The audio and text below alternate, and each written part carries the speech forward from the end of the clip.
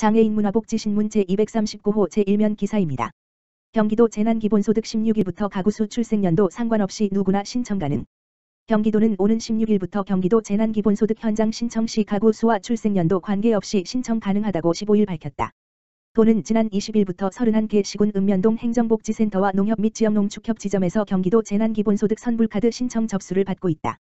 기존에는 혼잡을 방지하기 위해 가구수와 방문 신청자의 출생연도에 따라 신청 시기를 구분했지만 16일부터 신청이 최종 마감되는 7월 31일까지는 이런 구분 없이 미신청자는 누구나 선불카드를 발급받을 수 있다. 주말인 16일과 17일은 행정복지센터에서 오전 9시부터 오후 6시까지 신청받으며 농협지점에서는 신청 불가하다. 18일 이후는 행정복지센터와 농협 모두 평일 정규 근무 시간에만 신청할 수 있다. 행정복지센터는 오전 9시부터 오후 6시까지, 농협지점은 오전 9시부터 오후 4시까지다. 신청 시 신분증을 갖고 가야 하며 별도의 위임장 없이 가족 구성원 중 한 명이 나머지 구성원의 위임을 받아 대리 수령 가능하다. 카드 신청일로부터 5일 이내 사용 승인 문자를 받으면 카드를 사용할 수 있다. 문자 수신일부터 3개월 이내 사용해야 하며 사용 마감일은 8월 30일이다.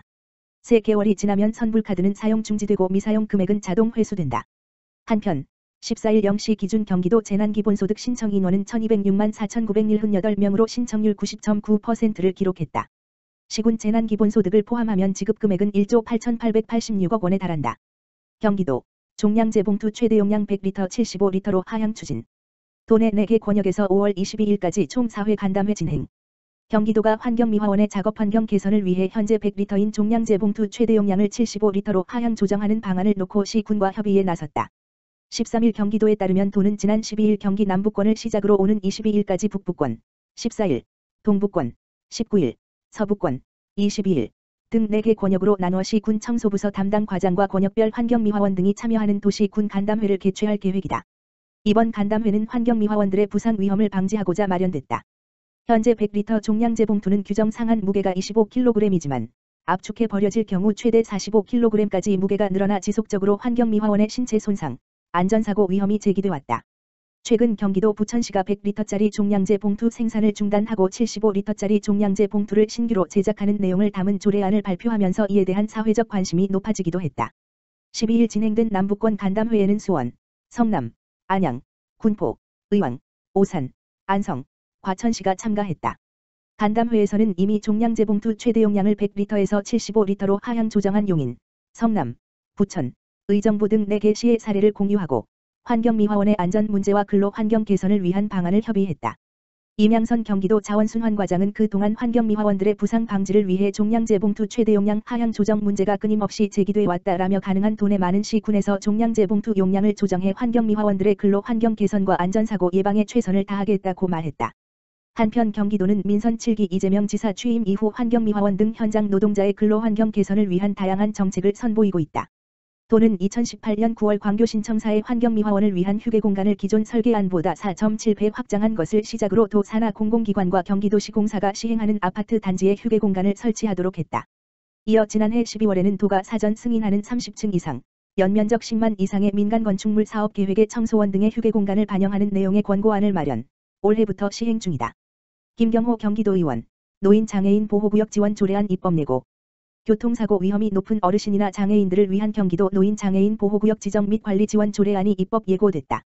김경호 도의원, 더불어민주당, 가평에 따르면 농촌지역의 경우 경로당이 국도나 지방도를 중심으로 조성되어 있어 어르신들이 교통사고 위험에 노출되어 있으며 장애인들의 경우는 이동 자체가 불편을 겪고 있어 이에 대한 보호구역의 설정이 필요하다고 밝혔다.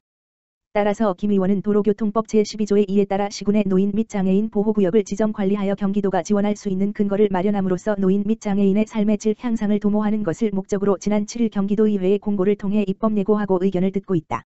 주요 내용은 노인 장애인의 안전한 보행 환경 조성, 시군이 장애인 보호구역 지정관리계획 수립 시 시도지사와 사전협의, 도지사가 노인 장애인에 대한 교통안전교육 시행, 보호구역 내에서 차량 통제 및 공사 안전에 관한 사항을 규정하고 있다.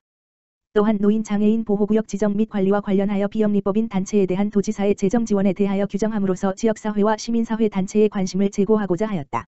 김경호 도의원은 가평군의 경우 국도나 지방도 등 간선도로 주변에 노인정이 산재하고 있으나 보호구역이 제대로 지정되지 않고 있어 사고 발생이 빈번하게 일어나고 있어 이에 대한 대책 마련이 필요하다며 향후 어르신들이나 장애인 등 보행 약자가 교통사고 위험에서 벗어날 수 있도록 최선을 다해 사람 중심의 교통체계를 만들어가겠다고 말했다. 한국도자재단, 한국도예고 학생 2명의 희망장학금 전달.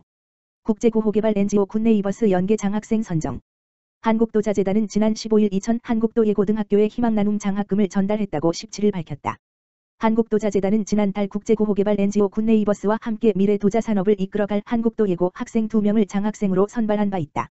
재단은 도자 전문 도서관 만권당, 북카페, 운영 수익금과 도서관 이용자, 임직원들의 기부금 모금을 통해 매년 500만 원 상당의 장학금을 경기도 내 저소득층 가정과 학업우수 초등학생, 한국도예고등학교 학생들에게 지원하고 있다. 올해는 도예고 학생들을 포함해 도내 장학생 18명에게 오는 7월까지 장학금 540만 원을 전달할 계획이다. 최연 한국도자재단 대표이사는 앞으로도 지역사회의 교육 발전과 도예고 학생들을 위해 지속적으로 장학사업 및 봉사활동을 추진해 나가겠다고 말했다.